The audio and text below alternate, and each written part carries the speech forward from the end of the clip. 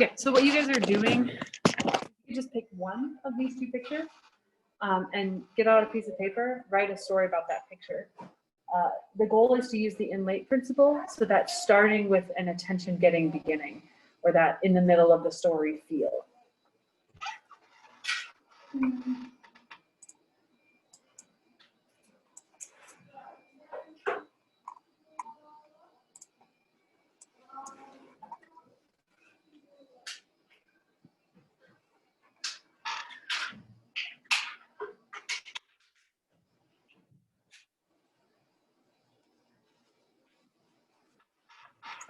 Welcome to class, online people.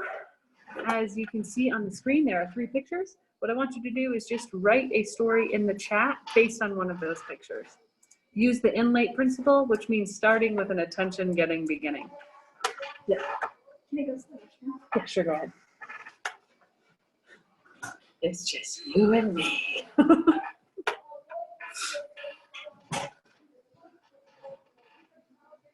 Hi.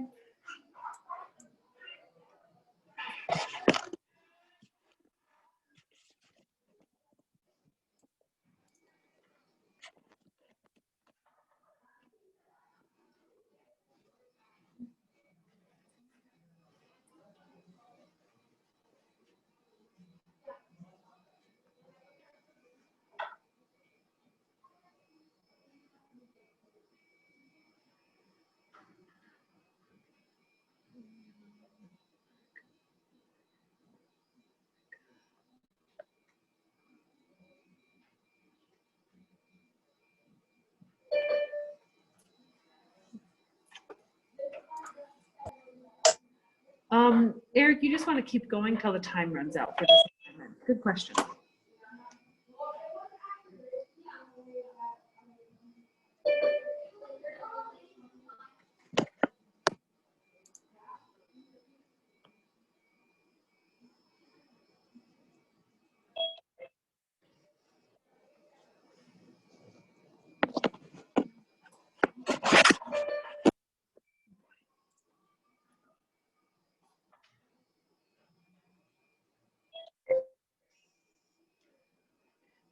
Good.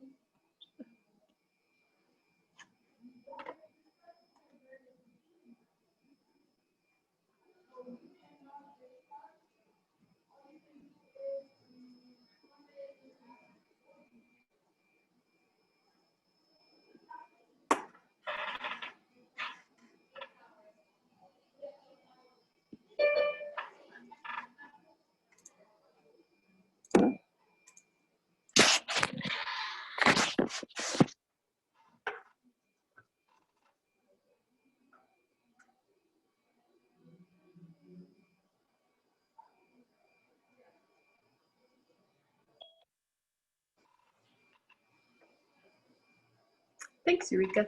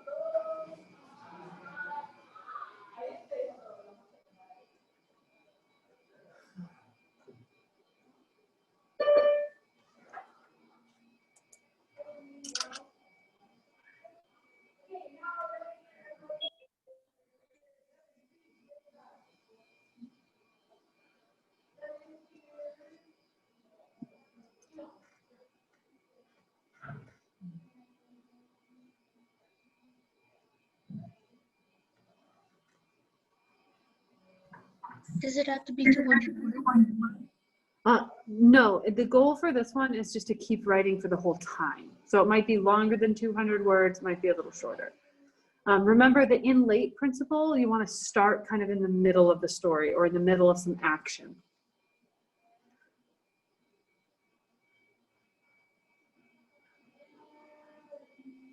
in the document, right? You can do it, this one you can do in the chat, or you can write in a document and then copy and paste into the chat.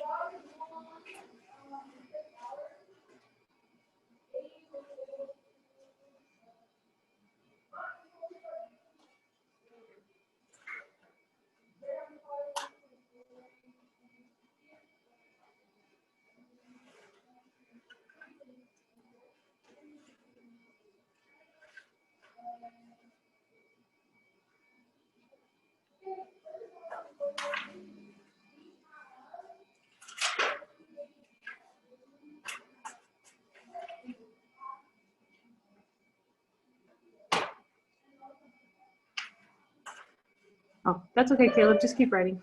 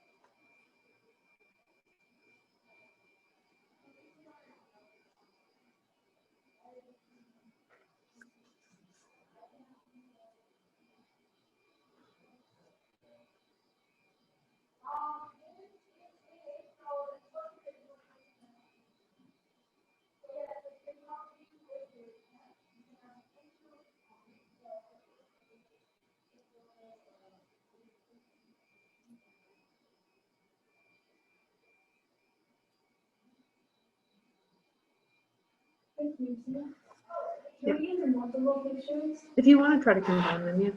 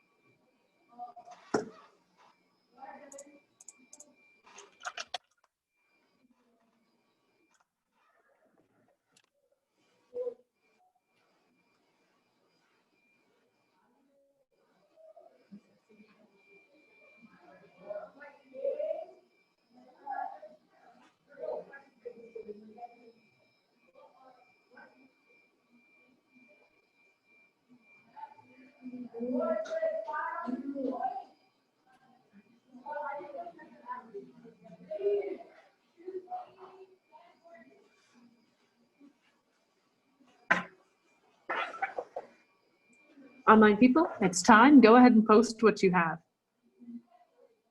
Finish up your sentence and post what you've got.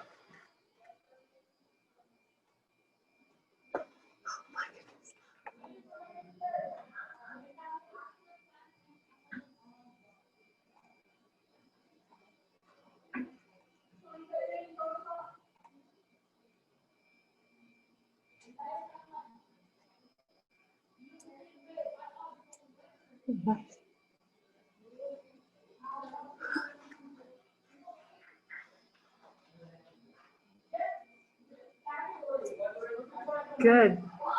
Good job, guys. I'm seeing a lot of good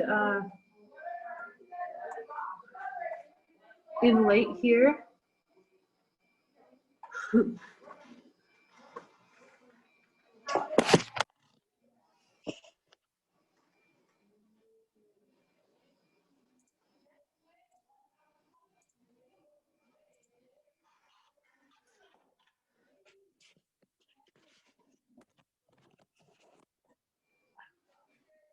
Good job. Anybody want me to share your story?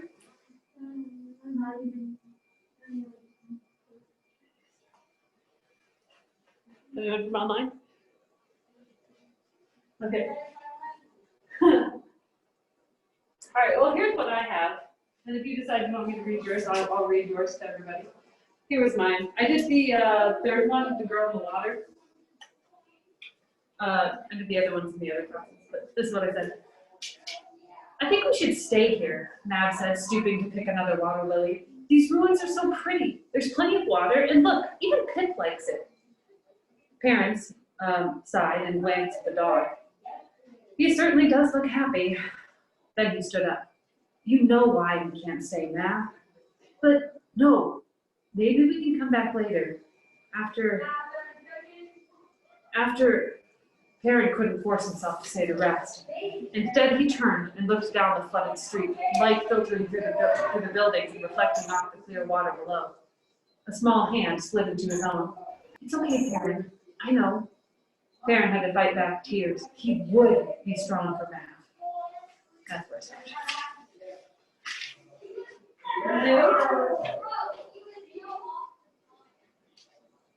Yeah. It's funny how they have different types of stories.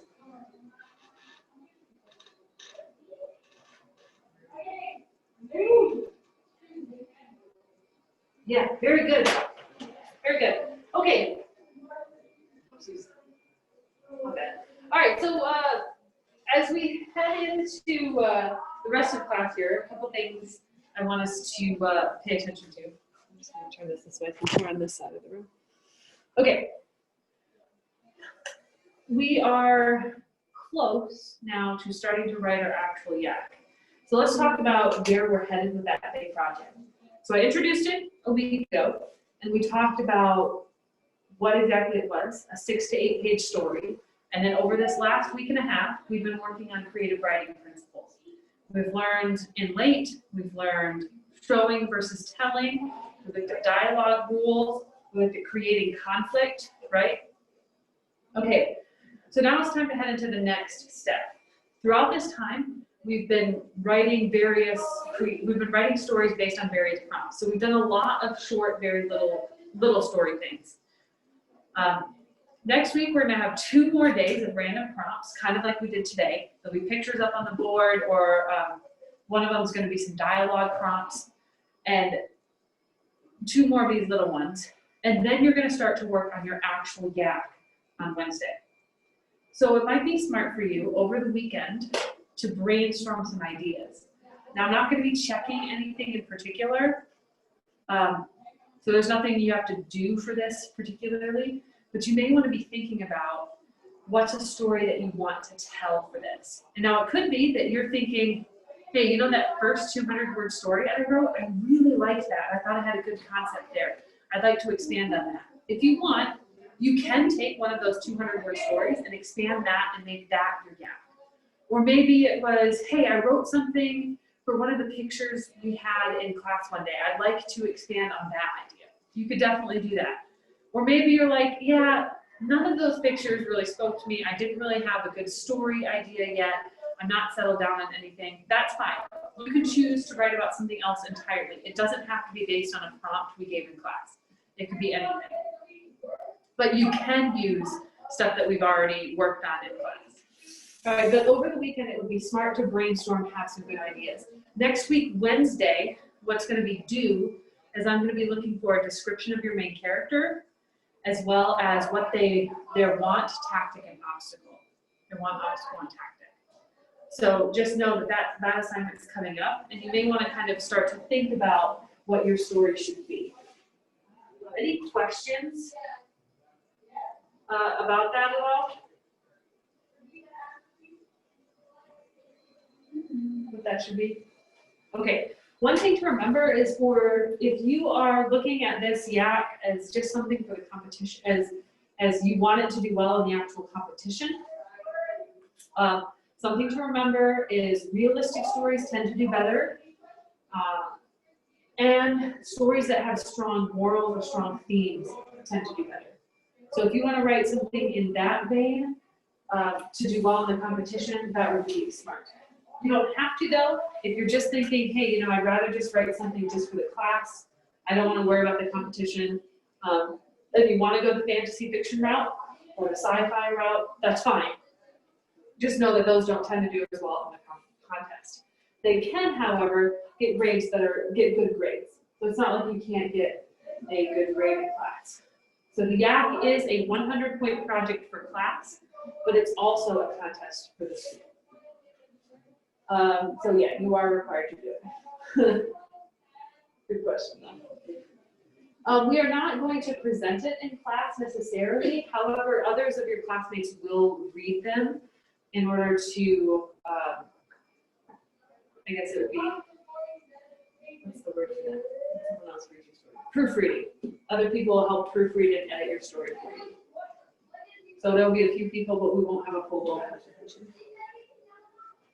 Good question. Yeah, it's 6, 7, or 8 pages long. That's the one.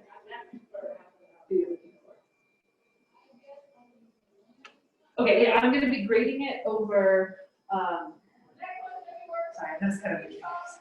I'll be grading this over the fact that you use dialogue and you format it and punctuate it correctly. I'll be looking at your use of showing details in the story. I'll be looking at your conflict. Do you have a character that clearly has something they want with an obstacle and a tactic? Do you start the story using the in-late principle? And then there's another thing in class that's going to look at, one more principle we're going to look at is, does your story have any like gaps or things that just don't make sense in it? We'll look at that as well. Okay, cool. On Monday and Tuesday, you need to bring your copy of the Rithmatist and your copy of the single shard. We're going to be turning in those books, the book A Single Shard in class, and then the Rithmatist we're going to be reading in class and doing a little bit more work. Yes, Giselle, your question. More than one character? Oh yeah, for sure. You can your story can have a bunch of characters. It can be more of even an ensemble cast in that case, but you're going to probably have one that's more of a main character, and that's the one that people online, are you guys still able to hear me even with some of the noise going on next door? Is that distracting? Okay, cool. They're just playing a game next door. They're playing a review game. Okay, moving forward. Today, we worked on writing a story, and we're also going to work on reading our story, the Rithmatist, and that is really all we're doing today. So just kind of those two main focuses, reading and understanding the story, and then working on writing a story ourselves. So let's talk about the Rithmatist here. At the end of chapter 1, we had a duel, right? A duel between Fitch, and who was the guy that challenged Fitch? What was his name? What was his name? Everyone online, this is a participation question. Please put the answer in the chat. What was the guy's name that dueled Fitch? I'll give them a second to type in. What was his name? Yeah, you don't have to spell it right. That's fine. Just get close. Okay, do you guys remember his name? Yeah. Nalazar. Yeah, his name is Nalazar. All right, and Nalazar is the one who wins the duel, right? Why does Fitch lose the duel? Here's my next question. Why does Fitch lose the duel? He's supposedly one of the best teachers at school. Why does he lose this duel? I'll give this some checking Online people, this is a participation question. Why does he lose the duel? Okay, nice, Giacomo. Raymond, good. Phelan, hi, you said good. So why does he lose the duel? Does that remember?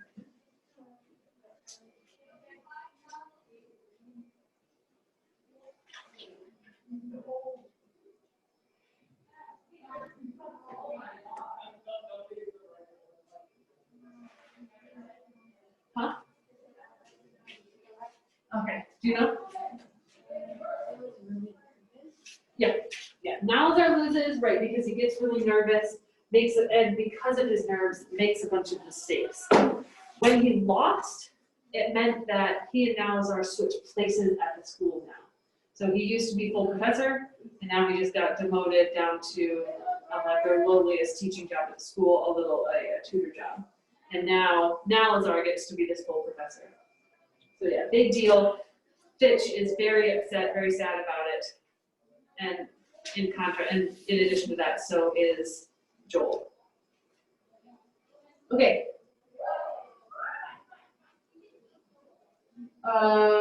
Yeah, Eugene, for online only people, we'll need to bring you the book A Single Shard after school. Yeah. Oh, I forgot to tell you the homework. Let me go over that really fast. Homework is you need to read chapters 2, 3, and 4 of the Rithmatist. 2, 3, and 4, they're shorter chapters. And then there's a worksheet on Schoology you'll need to answer those questions. 10 points, 9 questions. And then you need to practice list 7A on vocabulary.com by Tuesday. So those 2 things. All right, let's go ahead. We'll start reading then. Chapter 2, page 36. Page 36. I'm going to read for a while, and then I will let you guys read quietly. At the end of the time I'm reading, online people, there'll be a question for you to ask or answer, and then at the end of the time that you read, there'll be another question. So just keep that in mind. Don't tune out. Please follow along. The office sat in a small valley between the Rithmatic campus and the general campus. Like most everything at Armedius Academy, the building was of brick, though this building was red. It was only 1 story tall and had quite a few more windows than the classrooms did. Joel had always wondered why the office workers got a view outside, but students didn't. It was almost like everyone was afraid to give the students a glimpse of freedom. Heard he was going to make a challenge of all things, a voice was saying as Joel walked into the office. The speaker was Florence, one of the office clerks. She sat on top of her oak desk rather than in her chair, speaking with Exton, the other clerk. Exton wore his usual vest and trousers, with a bow tie and suspenders. Quite fashionable, even if he was a bit portly. Portly means a little bit round. His bowler hat hung on a peg beside his desk. Florence, on the other hand, wore a yellow spring sundress. A challenge? Exton asked, scribbling with a quill, not looking up as he spoke. Joel had never met anyone beside Exton who could write and carry on a conversation at the same time. It's been a while. I know, Florence said. She was young, in her 20s, and not married. Some of the more traditional professors on campus had found it scandalous when Principal York hired a woman as a clerk, but those sorts of things were happening more and more. Everyone said it was the 20th century now, and the old attitudes would have to change. York had said that if women Rithmatists could fight in the grass, and the monarch could use a woman as a speechwriter, he could hire a female clerk. Challenges used to be much more common that closer to the start of the war in the brass, Exton said, still scribbling at his parchment. Every upstart professor with a new coat would want to jump right to the top. Those were some chaotic times. Florence said. He's handsome, you know. Who? Professor Nalazar, she said. I was there when he approached Principal York about the challenge this morning. Swept right in and said, Principal, I believe it right to inform you that I shall soon achieve tenure at this academy. Exton snorted. And what did York have to say? He wasn't happy, I'll say that. Tried to talk Nalazar out of the plan, but he would have none of it. I can imagine, Exton said. Aren't you going to ask me who he intended to challenge? Florence asked. She noticed Joel at the side of the room and winked at him. I seriously doubt you are going to let me continue my work in peace without hearing it, Exton said. Professor Fitch, she said. Exton stopped. Finally, he looked up. Fitch, she nodded. Good luck then, Exton said, chuckling. Fitch is the best of the academy. He'll take that upstart to pieces so fast that the chalk dust won't have time to settle before the duel is over. No, Joel said. Fitch lost. The two fell silent. What? Florence asked. How do you know? I was there, Joel said, walking up to the counter in front of the clerks. The principal's office was behind a closed door at the back. Exton wagged his quill at Joel. Young man, he said, I expressly remember sending you on an errand to the Humanities building. I ran that errand, Joel said quickly, and the others you gave me. Fitch's classroom was on the way back. On the way back? It's on the complete opposite side of campus. Oh, Exton, hush, Florence said. So the boy's curious about the Rithmatist. The same goes for most people on campus. She smiled at Joel, though half the time he was convinced she took his side just because she knew it annoyed Exton. Exton grumbled and turned back to his ledger. I suppose I can't fault a person for sneaking into extra classes. Have enough trouble with students trying to skip them. Still, fascination with those blasted Rithmatists, it's not good for a boy. Don't be such a bore, Florence said. Joel, you said that Fitch actually lost? Joel nodded. So, what does that mean? He will switch places in seniority with Nalazar, Exton said, and lose his tenure. He can challenge Nalazar back in 1 year's time, and both of them are immune to other challenges until then. We're middle of page 37. That poor man, Florence said. Why, that's not very fair. I just thought the duel would be for bragging rights. Exton continued his work. Well, Florence said, handsome or not, I'm growing less impressed with Mr. Nalazar. Fitch is such a dear, and he so loves his teaching. He will survive, Exton said. It's not as if he's out of his ear. Joel, I assume you dallied there in the classroom long enough to watch the entire duel? Joel shrugged. How was the duel then? Exton asked. Did Fitch acquit himself well? He was quite good, Joel said. His forms were beautiful. He seemed out of practice with real dueling. Such a brutal way to handle things, Florence said. Why, they're academics, not gladiators. Exton paused, then looked directly at Florence, eyeing her over the top rim of his spectacles. My dear, he said, I don't wonder if there should be quite a few more challenges like this. Perhaps today will remind those stuck-up Rithmatists why they exist. Should Nebraska ever fall? Oh, don't tell me ghost stories, Exton, she said. Those stories are simply tools for politicians to keep us all worried. Bah, Exton said. Don't you have any work to be doing? I'm on break, dear, she said. I can't help but notice that you always take your breaks whenever I have something important to finish. Bad timing on your part, I guess, she said, reaching to a wooden box on her desk, then getting out the kimchi and ham sandwich packed inside. Joel glanced at the grandfather clock in the corner. He had 15 minutes until his next class, too short a time to send him away on another errand. I'm worried about Professor Fitch, Joel said, still watching the clock with its intricate gears. A springwork owl sat on the top of the clock, blinking occasionally, then nibbling at its talons as it waited for the hour to chime so that it could hoot. Oh, it won't be so bad, Exton said. I suspect that Principal York will only assign him a few students. Fitch is due for some time off. He might enjoy this. Enjoy this? Joel thought. The poor man was crushed. He's a genius, Joel said. Nobody on campus teaches defenses as complex as he does. True scholar, that one, Exton said. Maybe too much of a scholar. Nalazar may be better in the classroom. Some of Fitch's lectures could be a little over students' heads from what I hear. No, Joel said. He's a great teacher. He explains things, and he doesn't treat the students like fools, like Howard or Silversmiths do. Exton chuckled. I've been letting you have far too much time off, haven't I? Do you want me to get into more trouble with the Rithmatists again? Joel didn't respond.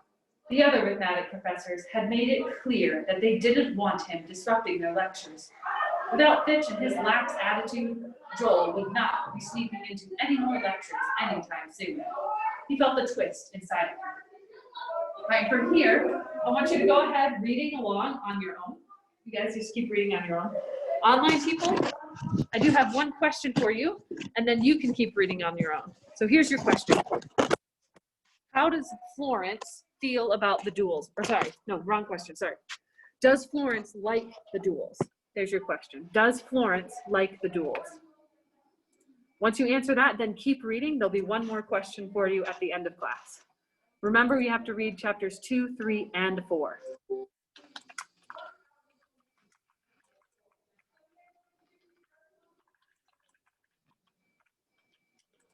One more question for you at the end of class. Keep reading.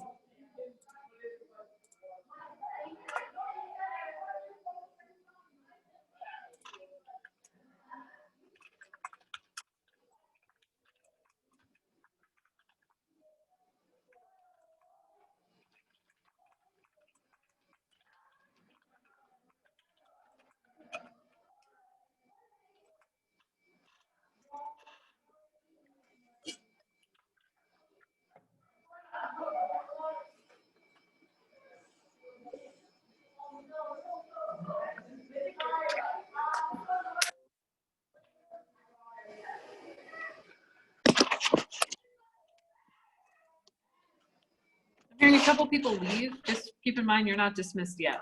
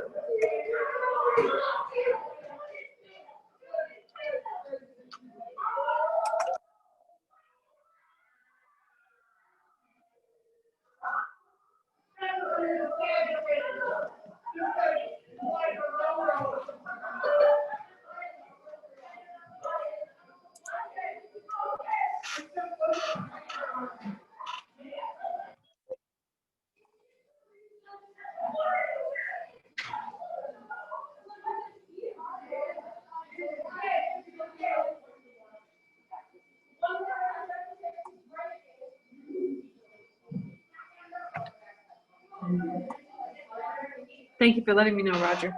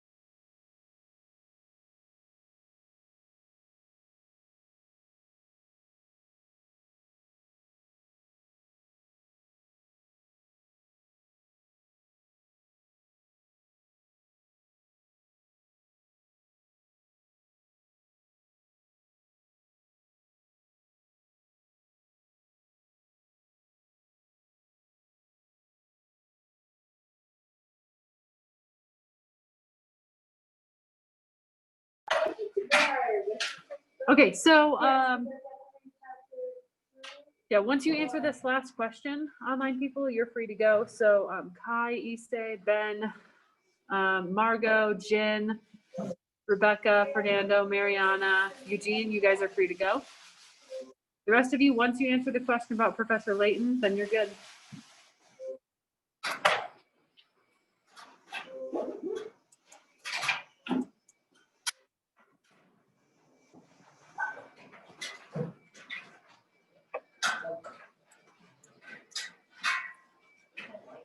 So answer the question about Professor Layton in the chat, and then you're free to go.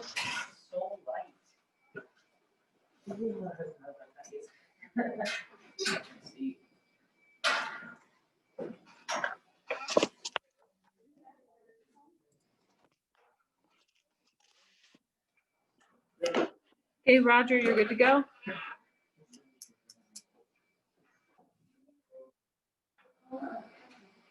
Chantel, you want to hit this one, the light switch? Yay, thank you. I like the bright.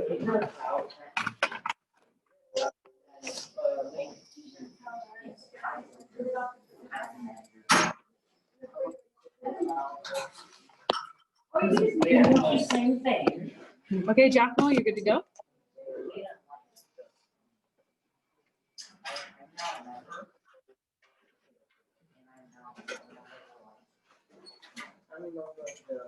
Okay, so Eureka, Sunny, Raymond, Eric, Caleb, once you answer the question, then you're free to go.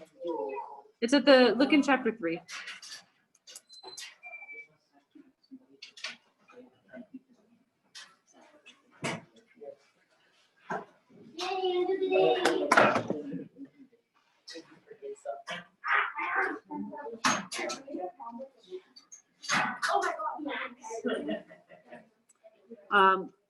Online people here, you have another 2 minutes to answer in order to get today's participation points.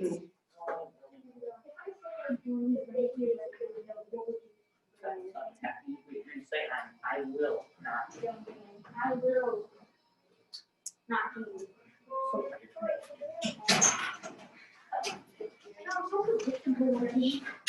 Okay, Eric, you're good to go.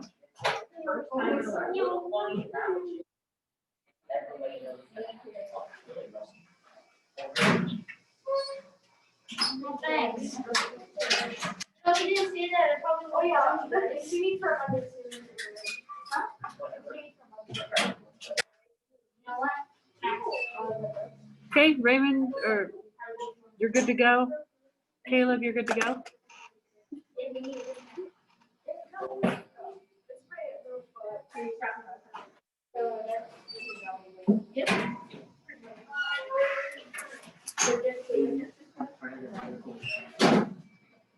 Sunny or Eureka, got an answer?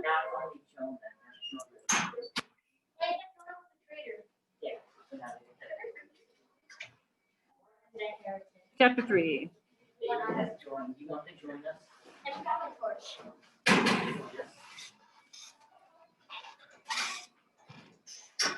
No. Yes, Kai, Jonah, and Aiden join.